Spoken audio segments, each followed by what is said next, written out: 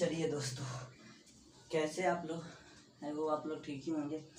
तो आज बहुत दिनों के बाद आप लोगों के बहुत दिनों के बाद आज मैं लेक्चर आप लोगों के लिए मतलब आप लोगों का सेशन स्टार्ट किया हूँ होली के बाद, यानी फर्स्ट क्लास है। होली के बाद फर्स्ट क्लास है। तो चलिए हम कुछ पॉइंट जाने थे कि जो आपको की पॉइंट भी थे। कुछ कर्मचारियों का फंक्शन जाने थे, उनका योग का कार्य जाने थे।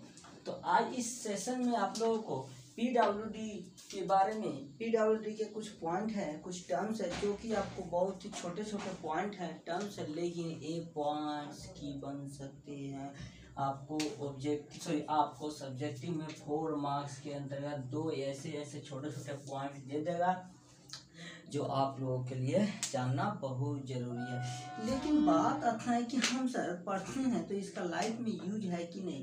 तो मेरे प्यारे दोस्तों, लाइफ में भी इसका बहुत यूज है।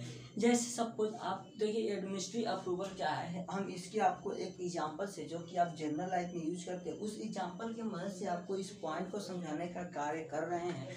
तो मैं आशा करता हूँ आप नोट्स लेकर बैठे होंगे, साथ साथ आप नोट्स भी करते होंगे। लेकिन कोई स्टूडेंट ऐसा करता नहीं है। देखिए, मान लीजिए आपके घर में कोई फैमिली मेम्बर में हेड मेंबर है। आपके फैमिली में 10 मेंबर हैं, उसमें हेड आपके पापा है या दादी हैं, जो भी मतलब फैमिली मेंबर हेड है। कोई भी काम अगर उस फैमिली में करना होगा, छोटा हो चाहे बड़ा हो, छोटा मतलब हो जाता है, बड़ा बड़ा भी बात करते, ठीक है। देखिए, कोई अगर बड़ा काम करना है मेरे प्यारे भाइयों, तो बड़ा काम करने के लिए उस फैमिली मेंबर में हेड जो है, उससे हम क्या लेते हैं? इजाज़त लेते हैं, जिसको आप बोलते हैं permission. What is permission? Permission क्या है? तो मेरे प्यारे भाइयों, यही परमिशन, यही इजाज़त लेना क्या कहलाता है? किसी से इजाज़त लेना एडमिनिस्ट्रेटिव अप्रूवल कहलाता है। अगर वो फैमिली के लैंग्वेज में देखें तो क्या बोलते हैं कि हम क्या ले रहे हैं? इजाज़त ले रहे हैं, परमिशन ले रहे हैं। वही अगर हम आपको कॉन्ट्रैक्ट एंड अकाउंट में, तो हम पीडब्ल्यूडी से क्या कर रहे हैं? एडमिनिस्ट्रेटिव अप्रूवल करा रहे हैं। उसका लैंग्वेज दूसरा, इसका लैंग्वेज दूसरा नहीं है। लैंग्वेज दूसरा, लेकिन सेंस एक ही है मेरे प्यारे भाइयों। तो सेंस लेस बात निकलता है ये बताइए सर, आप तो बता दिए कि फैमिली मेम्बर्स में हेड मेंबर जो फैमिली में है, उससे हमको परमिशन लेना है। अरे मेरे प्यारे भाई हो, अगर वो परमिशन नहीं देता, वो परमिशन अगर फैमिली मेंबर नहीं दे, तो मान लीजिए आपके नज़र में वो सही काम है, लेकिन फैमिली हेड मेंबर के नज़र में वो गलत काम है। अरे वो गलत काम है तो वो क्या परमिशन दे? नहीं देगा। तो परमिशन नहीं दे तब क्या होता है? अरे मेरे प्यारे भाइयों, अगर परमिशन नहीं देगा तो आप मन से ना करिए, चाहे बिना मन से ना करिए, आपको काम नहीं करना पड़ेगा। उसी तरह से अगर वह पीडब्ल्यूडी परमिशन लेता है किसी डिपार्टमेंट से, इंजीनियरिंग डिपार्टमेंट से, अगर वह डिपार्टमेंट आप उसको वर्क करने की इजाज़त नहीं देता है तो वर्क नहीं होगा। चलिए ये कुछ टाइम के लिए सोचते हैं कि ये नहीं ले परमिशन नहीं ले, ये डिपार्टमेंट खुद काम करे, डिपार्टमेंट खुद काम करेगा तो इस डिपार्टमेंट पर इतना सारा रिस्क हो जाएगा कि ज़िंदगी रिस्क छोटे मर जाएगा, कोई डिपार्टमेंट में नहीं बचेगा। तो कोई भी आदमी ऐसा नहीं। चलिए फैमिली मेम्बर में अगर वो मेंबर के अगेंस्ट जाके, हेड मेंबर के अगेंस्ट जाके वह काम कर लेता है तो वह काम कर लेता है। जैसे अभी ज़्यादातर क्या हो रहा, लव मैरिज। तो वो लव मैरिज कर लेता तो उसको कितना पछतावा होता अंत में। उसी तरह से अगर डिपार्टमेंट ही खुद रिस्पॉन्स ले काम करने के लिए, तो इसके पास इतना क्या पैसा है? कोई भी प्रोजेक्ट होता है करोड़ों में बात होता है, तो क्या करोड़ों में काम करने के लिए इसके पास पैसा है मेरे भाई? वो पीडब्ल्यूडी के पास नहीं। क्या यार रिस्क सारा का सारा कैरी करेगा? मान लीजिए कल के कलर कंस्ट्रक्शन 10 साल के लिए डिजाइन किया गया और 5 साल में फेल हो गया, तो सारा का सारा रिस्क कैरी पीडब्ल्यूडी करेगा? नहीं करेगा। तो कोई भी डिपार्टमेंट अपने ऊपर कैरी नहीं करता है। तो इंजीनियर डिपार्टमेंट अपना ऊपर करता नहीं, वो गवर्नमेंट के ऊपर करता है। यानी स्टेप बाय स्टेप आपको फर्स्ट क्लास में इतना अच्छे से डिटेल खुली बताए थे कि स्टेप बाय स्टेप कैसे पढ़ा जाता है, कैसे चढ़ा जाता है, कैसे पैसा कमाया जाता है। उसी तरह से इसमें भी वर्क होता है मेरे प्यारे भाइयों। तो अब आपको चलिए इतना बहुत ही ज़्यादा समझा चुके हैं आपको। अब इसको लैंग्वेज में, यानी कि आपको इस तरह लैंग्वेज में नहीं लिखना होगा, किसमें? तो एग्ज़ाम में। चलिए और कुछ जान लेते हैं कि चलिए ठीक है सर, परमिशन तो ले लिया पीडब्ल्यूडी किससे, इंजीनियर्स डिपार्टमेंट से, तो वह कौन सा काम के लिए लेगा? अरे मेरे प्यारे भाई, वो कंस्ट्रक्शन के लिए परमिशन लेता है पीडब्ल्यूडी किसी डिपार्टमेंट से। और क्या पीडब्ल्यूडी खुद काम करता है? नहीं, ये सब क्या करता है, अपने अंदर जितने भी डिपार्टमेंट वर्कर होते हैं उनसे काम करवाता है। यानी यह कंस्ट्रक्शन के लिए परमिशन लेता है इंजीनियर्स डिपार्टमेंट से। इंजीनियर्स डिपार्टमेंट से परमिशन लेना है कंस्ट्रक्शन के लिए, किस लिए, पोस्ट और वर्क को डन करने के लिए एडमिनिस्ट्रेटिव अप्रूवल के अंतर्गत आता है। आई होप आप समझे होंगे। चलिए अब नोट्स के लैंग्वेज में लिखते हैं। जिस तरह से आपको बोर्ड पे यहाँ दिख रहा होगा, बोलता है for any types of work या project initiated by PWD with respect to cost and work. क्या बोला कि किसी तरह के काम या प्रोजेक्ट को स्टार्टिंग करने के लिए, एग्जीक्यूट कराने के लिए कोस्ट और वर्क के रिस्पेक्ट में क्या करता है, यह नेसेसरी है एक फॉर्मल एक्सेप्ट करना, किसके, एक्सेप्ट बाय एडमिनिस्ट्रेशन से। वर्क को एग्जीक्यूट कराने के लिए एडमिनिस्ट्रेशन लेना, इजाज़त लेना एक फॉर्मल ड्रेस में, फॉर्मल प्रोसेस में आपका एडमिनिस्ट्रेटिव अप्रूवल कराता है मेरे प्यारे भाइयों। अगला पॉइंट बोलता है after obtaining the administrative approval. अगर आपको अप्रूवल मिल गया इंजीनियर्स डिपार्टमेंट के थ्रू कि आप काम को कर लीजिए, तो काम को करने की अगर इजाज़त मिल जाता है तो काम कीजिए। तो अगला है इट इज़ द नेसेसरी। अब आता है बात की कॉस्टिंग। अब चलिए काम करने के लिए तो इजाज़त मिल गया कि आप हमको प्रोजेक्ट बना के दीजिए कि इस वर्क के लिए कितना प्रोजेक्ट, कितना कॉस्ट आता है। तो अब जो कॉस्ट, अब कॉस्टिंग का अलग डिपार्टमेंट होगा। अब उस डिपार्टमेंट से कॉस्टिंग के बारे में हम जब परमिशन लेंगे, उसके बाद ड्राइंग डिजाइनिंग के लिए परमिशन लेंगे, ये सब सारे के सारे छोटे छोटे पॉइंट है, हम जानेंगे अगले पॉइंट में। फिलहाल आप इसको नोट कर लीजिए। एडमिनिस्ट्रेटिव अप्रूवल क्या है? अगर किन्हीं स्टूडेंट को समझ में नहीं आया होगा तो आप कमेंट सेक्शन में कमेंट कीजिए। नेक्स्ट वीडियो जब भी आपका यानी कल सेशन आपका स्टार्ट होगा, स्टार्टिंग में ही मैं बता दूंगा इस पॉइंट को सब नोट कीजिए।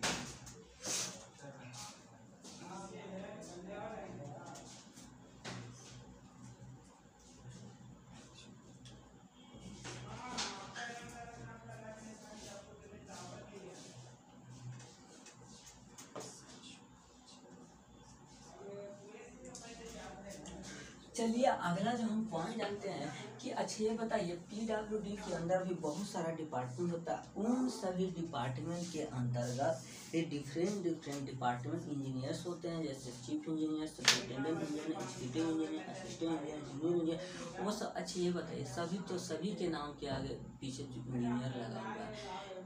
ये बताइए जो चीफ इंजीनियर है और एक जूनियर इंजीनियर है, क्या दोनों का काम एक ही होगा? कभी भी नहीं होगा। अरे बरसते आपका काम जूनियर इंजीनियर है तो आपका काम ज़्यादा होगा, इससे यह सेंसलेस बात नहीं निकलती है कि आपको ज़्यादा काम करना है तो आप ज़्यादा पावर में हो गए। नहीं, कहने का बात यह है सेंसलेस बात कि अगर चीफ इंजीनियर है तो उसको कितना पावर है, कॉस्टिंग के अकॉर्डिंग कार्य बांटा गया कि अगर चीफ इंजीनियर है तो उसको इतना काम करना है, इतना कॉस्ट तक वो प्रोजेक्ट वर्क को डन करेगा। अगर जूनियर इंजीनियर है तो इतना कॉस्ट प्रोजेक्ट को डन करेगा, असिस्टेंट इंजीनियर है तो इतना करेगा। उसको हम जान लेते हैं। अगर देखिए कहने का मतलब पावर ऑफ एडमिनिस्ट्रेटिव अप्रूवल। अब अगला जो पॉइंट है मेरे भाइयों, पावर ऑफ एडमिनिस्ट्रेटिव अप्रूवल। आप लोग भी मेरे साथ साथ जो स्टूडेंट अच्छे होते हैं वह साथ साथ नोट्स करते हैं, क्योंकि साथ साथ ऐसा पॉइंट बोला जाता है जो पॉइंट आपके नोट्स में नहीं रहते, लेकिन अगर वो पॉइंट आप गेन कर ले तो आपको रिमेम्बर इजीली हो जाएगा। तो अगला जो पॉइंट है power of administrative approval. Power of administrative approval यानी अप्रूवल लेने के लिए हम एडमिनिस्ट्रेटिव अप्रूवल लेने के लिए अलग अलग डिपार्टमेंट के अकॉर्डिंग डिवाइड किया गया है। जैसे आपको पास चीफ इंजीनियर है, सुपरिटेंडेंट इंजीनियर है और एक होता है एग्जीक्यूटिव इंजीनियर। हम तीन ही इंजीनियर के बारे में जानते हैं। मेन जो ये तीन इंजीनियर होते हैं इनको काम जो होता है बहुत होता है। कॉस्टिंग के लिए काम भी करते नहीं है। इतिहास गवाह है जितना बड़ा पद होता है उतना छोटा का रिस्पॉन्स और इससे ज़्यादा होता है। इसी के अकॉर्डिंग इनको मिलती है पेमेंट ज़्यादा। माय डियर फ्रेंड, अगर जो चीफ इंजीनियर है उसको जो काम करना की ज़रूरत है वह काम करेगा। RS 5 लाख तक यानी 5 RS 5 लाख। चलिए इसको नोट किए हम तुरंत समझा देते हैं, ठीक है। ये जो है वह करेगा RS 2 लाख तक, और ये जो करेगा वो RS 50,000 तक करेगा, 50,000 तक। देखिए आपका जो चीफ इंजीनियर है वह आपको 5 लाख तक अगर कोई काम है तो चीफ इंजीनियर हैंडल कर लेगा। अगर 2 लाख तक सुपरिटेंडेंट इंजीनियर, और अगर आपका 50,000 तक तो एग्जीक्यूटिव। सोच लीजिए जय सो कितना अंदर आपने किया था। तो आप बोर्ड पे दिख रहा वो आप लिखिए, इसको नहीं लिखिए, क्योंकि आपको अगर एग्जाम में पूछता है मेरे फ्रेंड तो लैंग्वेज वहाँ लिखना रहता है। यहाँ हम आपको बोर्ड पे सिर्फ समझा सकते हो, उतना डिटेल लिख नहीं सकते हैं। सो आप डिटेल यहाँ पर लिख लीजिए, बोर्ड पे आपको दिख रहा होगा। बोलता है कि power of administrative approval the power of different authorize of PWD generate by the government. यानी कहने का मतलब गवर्नमेंट के द्वारा डिफरेंट के ऑथोराइज को क्या कहता है, जनरेट किया जाता है, मतलब उसमें बहाली, उसमें डेवलप किया जाता है। डेवलप क्या करेगा, मतलब बहाली किया जाता है। Chief engineer superintendent engineer government के थ्रू किया जाता है, उनको पावर दिया जाता है पोस्टिंग के अकॉर्डिंग। वही बोलता है चीफ इंजीनियर है 5 लाख तक काम करेगा, सुपरिटेंडेंट इंजीनियर का पावर 2 लाख तक है, और असिस्टेंट इंजीनियर का एग्जीक्यूटिव इंजीनियर का 50,000 तक है। सो आप नोट कीजिए, अगला हम जानते हैं पॉइंट।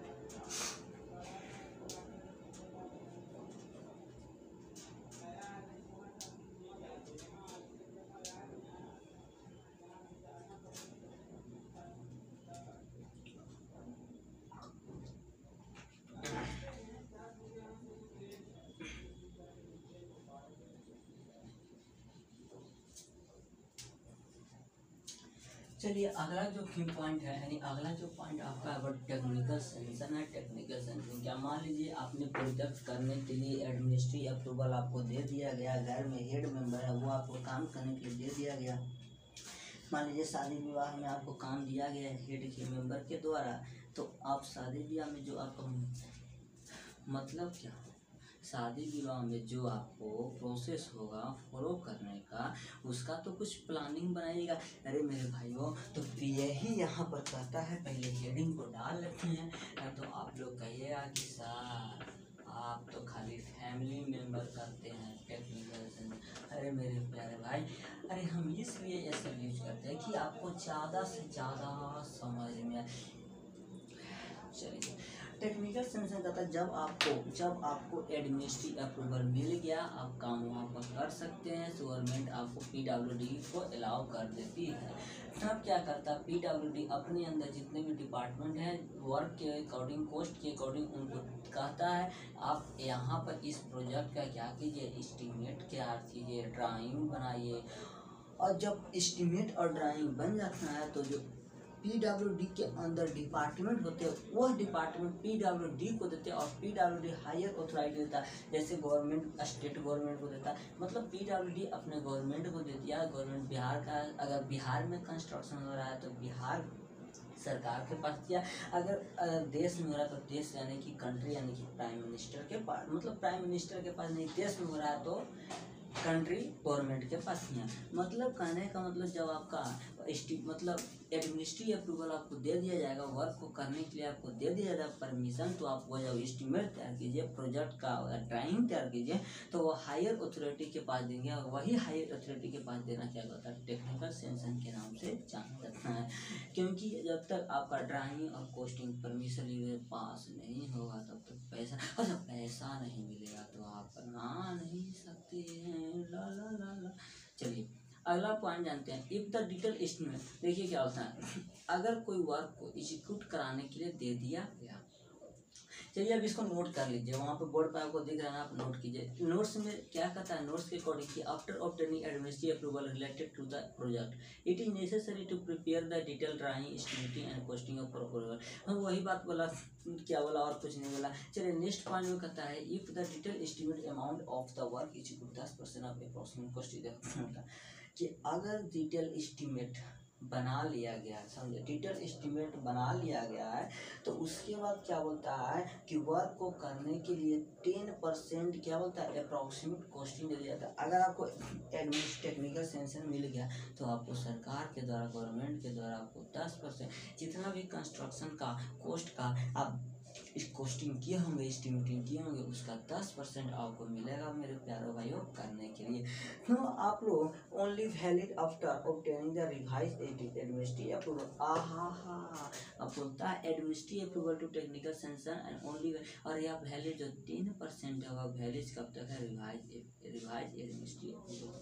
चलिए आप नोट कर लीजिए। अब आता है बात कि आप तो कॉस्टिंग कर दिए, एस्टिमेट बना दिए, अब बजटिंग करेंगे यानी कि बजट बनाएंगे कि कितना कॉस्ट एकदम लगेगा। चलिए नोट कीजिए इसको।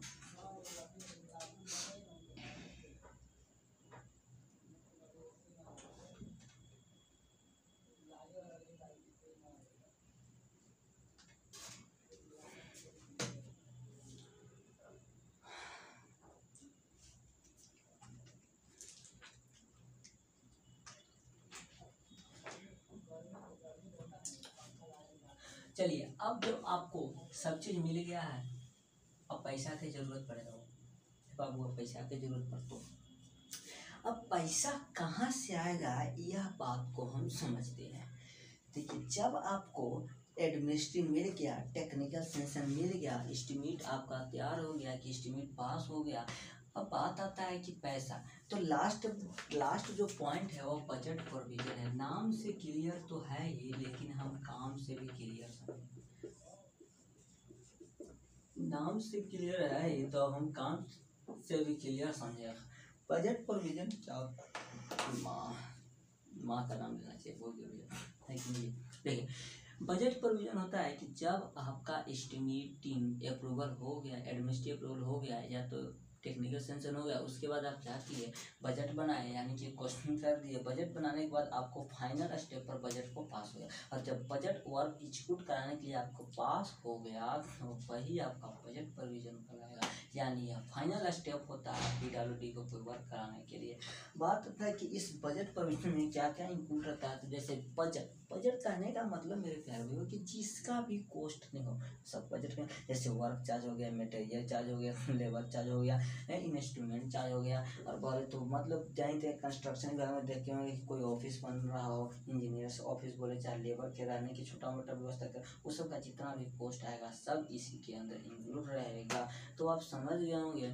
चलिए इसको नोट कीजिए अपने नोट्स में। बोलता है the process by which financial obtain by government for the complete, ठीक है वही बोला कि फाइनल या प्रोसेस फाइनल है, जो फाइनल में कंप्लीट करने के लिए वह क्या करता है, परमिशन दे देता है। जैसे क्वालिटी मटेरियल के लिए, ये सब के लिए कॉस्ट हो गया, वही आपका कहलाएगा बजट प्रोविजन। चलिए नेट।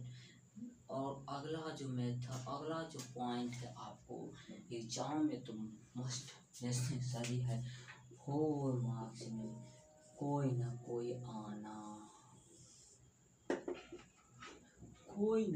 आना, इसको नोट कीजिए। चलिए अब हम जानते हैं सम टर्म्स तो हो गए आपके PWD के जो 3 ही टर्म्स थे, और 3 टर्म्स आज आप जान चुके हैं। बहुत सारे स्टूडेंट को टर्म्स के बारे में संदेह भी होगा। अगला हम जानते हैं कि PWD जो वर्क कराता है, एग्जीक्यूट कराता है, और फंक्शन से मेथड से वर्क कराता है, ठीक है। यानी मेथड और एग्जीक्यूट वर्क बाय आपको या तो ये भी एग्जाम में दे सकता है, ये पॉइंट क्वेश्चन बना के पूछ जाए कि right the method of execute of PWD work, तो आपको सारा का सारा मेथड लिखना पड़ेगा। ज़्यादा मेथड नहीं है, टेंशन मत लीजिए कि मैं जानता हूँ, आप भी जानते हैं टेंशन से प्रॉब्लम क्लियर होता है, जब प्रॉब्लम क्लियर होता है माइंड में संदेह समझ आता है। देखिए ये 5 ही पॉइंट है। इस मेथड से एग्जाम में भी पूछता है, कोई 5 पॉइंट का एक नाम दे दिया कि कॉन्ट्रैक्टर मेथड से वर्क को एग्जीक्यूट कराने का प्रोसेस लिखिए, ऐसे कर देगा डिपार्टमेंट। इस चलिए आप कुछ नहीं सब जानेंगे स्टेप बाय स्टेप, तो टेंशन मत लीजिए। चलिए PWD जो मेथड यूज करता है वर्क को एग्जीक्यूट कराने के लिए मेरे भाई, वो पहला मेथड होता है कॉन्ट्रैक्टर मेथड। जैसे ऐसे का देखिए PWD जो वर्क साथ साथ लिखते चलिए, पहला जो मेथड यूज करता है वो कॉन्ट्रैक्टर मेथड यूज करता है। और क्या क्या होता है हम सब जानेंगे, फिलहाल तो लिख तो ले कि कॉन्ट्रैक्टर मेथड होता है। अगला जो मेथड है रेट यूनिट मेथड, क्या है हम सब जानेंगे, फिलहाल अभी जानते हैं रेट यूनिट मेथड। यानी कोई भी पीडब्ल्यूडी डिपार्टमेंट कोई भी वर्क यानी कोई भी प्रोजेक्ट को कराने के लिए मेथड यूज करता है। वो पहला method contractor method, rate unit method, department method, piece method और डे वर्क मेथड। यानी डिपार्टमेंट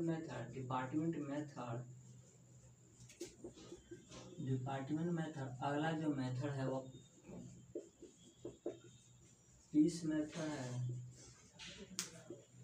अगला जो मेथड है वो डे वर्क मेथड है,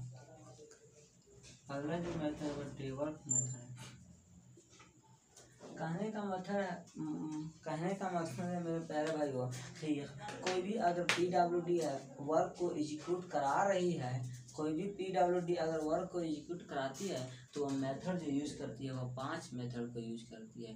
पहला जो मेथड होता है आपको दिख रहा होगा, कॉन्ट्रैक्ट मेथड है, रेट यूनिट मेथड है, डिपार्टमेंट मेथड है, पीस मेथड है, डे वर्क मेथड है। तो आप इसको नोट कीजिए।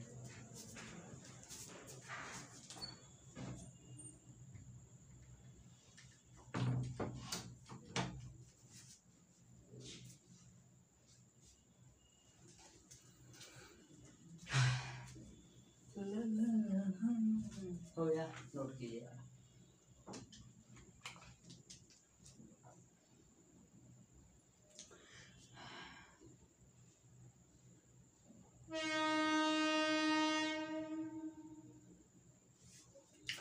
चलिए अब एक एक करके हम जानते हैं और कुछ नहीं, सब ऐसे छोटे आज सारा का सारा मेथड आपको क्लियर हो जाएगा। जो भी स्टूडेंट को क्लियर नहीं होता है बार बार वीडियो देखिए, एक बार नहीं 2 बार, 2 बार करना समझ में आ जाएगा। तो अब हम लोग कहेगा यार खाली आप ऐसा नहीं है यार, एक बार देख लेगा ना तो समझ में आ जाएगा। ऐसा इसमें कोई पॉइंट ही नहीं है जो ना समझा जाए।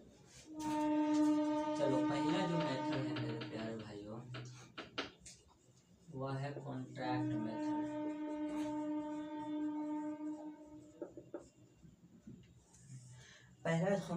पहला जो मेथड है वह है कॉन्ट्रैक्ट मेथड। देखिए इस मेथड के अंतर्गत जो पीडब्ल्यूडी है कोई भी वर्क को एग्जीक्यूट कराती है कॉन्ट्रैक्टर के थ्रू, यानी कोई भी वर्क को कॉन्ट्रैक्ट पे दे दिया, मतलब जिसको आप बोलते हो ठेका, ठीक है। तो डिपार्टमेंट जो है वो ठेका पर दे दिया, कॉन्ट्रैक्ट पे दे दिया वर्क को एग्जीक्यूट कराने के लिए। अब बात होता है कि कॉन्ट्रैक्ट पे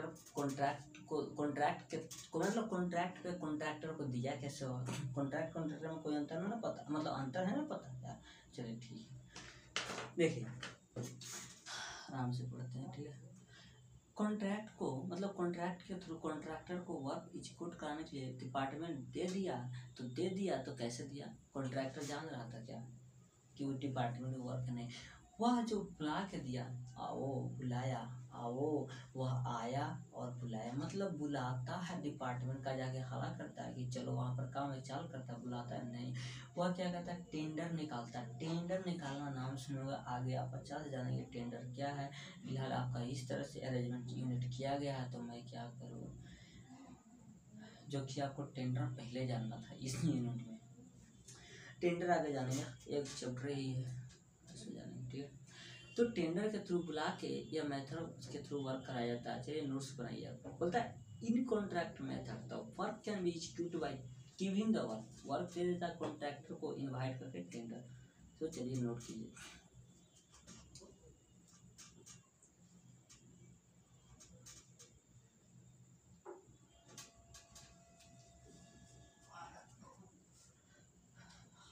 चलिए अगला जो मेथड आपको है वह है डिपार्टमेंट मेथड।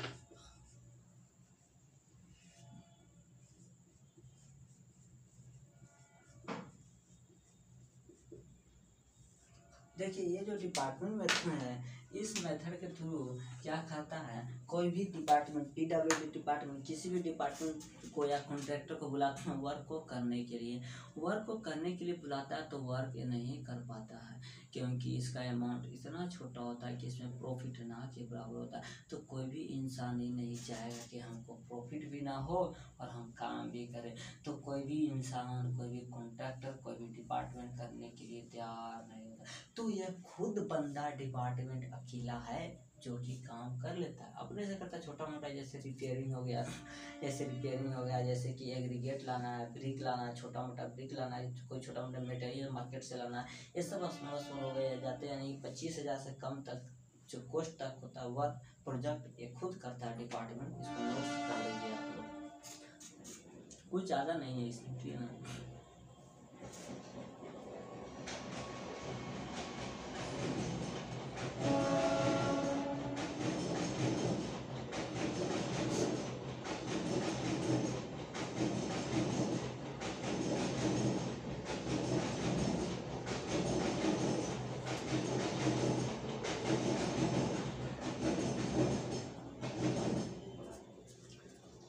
चलिए अगला जो आपका पॉइंट है, मतलब अगला जो मेथड है आपको रेट लिस्ट मेथड है।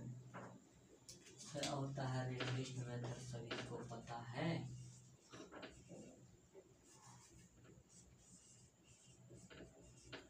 अरे रेट लिस्ट मेथड, देखिए रेट लिस्ट मेथड में कुछ भी नहीं होता है। अब पेटी वर्क है जैसे कि जैसे कि रिपेयरिंग है, पेंटिंग है, चुना करना है, पोताई करना है, धुलाई करना है, ये सब जितने भी पेटी वर्क होते हैं, स्मॉल वर्क होते हैं मेरे फ्रेंड, मेरे प्यारे भाइयों, वो सब क्या करता है, वो सब के लिए एक रेट फिक्स कर देता है, एग्जीक्यूटिव इंजीनियर के द्वारा फिक्स कर देता है। जो रेट फिक्स करके पेटी वर्क को कराया जाता है उसी मेथड को बोलते हैं, जिस मेथड के थ्रू कराया जाता है रेट मेथड। अब ये मेथड में ये होता है कि जब भी आपका कॉन्ट्रैक्टर इनवाइट करेगा टेंडर, मतलब कॉन्ट्रैक्टर को इनवाइट किया जाएगा टेंडर के थ्रू, उस समय उसमें जितने भी निकलेगा टेंडर, मतलब टेंडर में क्या कोस्ट नहीं इंक्लूड रहता है, इस बात को याद रखिएगा। चलिए नोट कीजिए इसको, कुछ नोट्स पॉइंट है वो सब आपको ऑब्जेक्टिव में पूछ सकता है।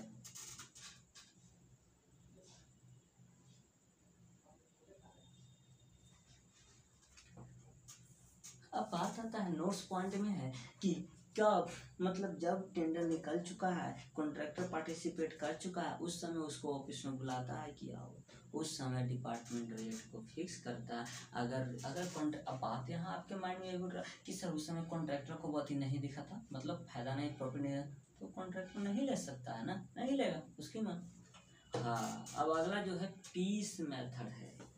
इस मेथड में क्या करते हैं, कुछ ज़्यादा नहीं करते हैं, जो करते हैं बोर्ड पर करते हैं। अगला जो आपका 4 नंबर में है वह है क्या, piece method. Rate list method तो जान चुके हैं।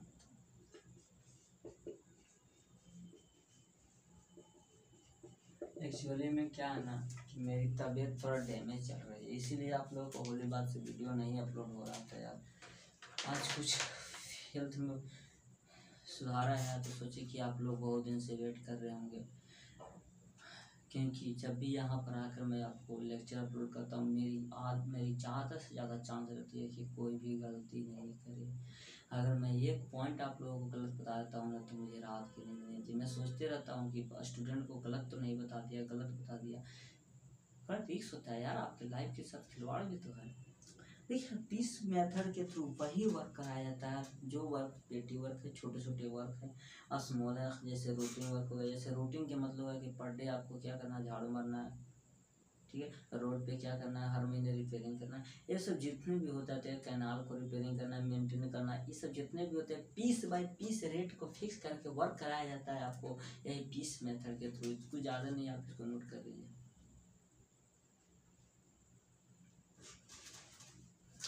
एक लास्ट है और इस सेशन का लास्ट पॉइंट भी है। मैं 5वां मेथड मेरे है प्यारे भाइयों, day work method. Day work method, देखिए यह डे वर्क मेथड में क्या करते हैं कि पर डे के हिसाब से रेट को दिया जाता है, कॉस्ट को दिया जाता है। कोई भी व्यक्ति अगर काम करता है पर डे के हिसाब से, इस मेथड में पर डे काम कराया जाता है, पर डे को जैसे डेकोरेटिव करना है, बिल्डिंग में डेकोरेटिव करना है, या बोले तो प्लास्टरिंग करना है, फिनिशिंग करना है, ये सब जितना भी वर्क होते हैं, प्रोजेक्ट होते हैं, पर डे यानी पर डे करेगा, पर डे कॉस्ट लेगा, इस मेथड के थ्रू कराया जाता है। सो आप इसको नोट कर लीजिए। अगर किन्हीं भाइयों को समझ में नहीं आया होगा तो आप कमेंट सेक्शन में कमेंट जरूर किया कीजिए मेरे प्यारे भाइयों। So thank you for loving. Bye bye.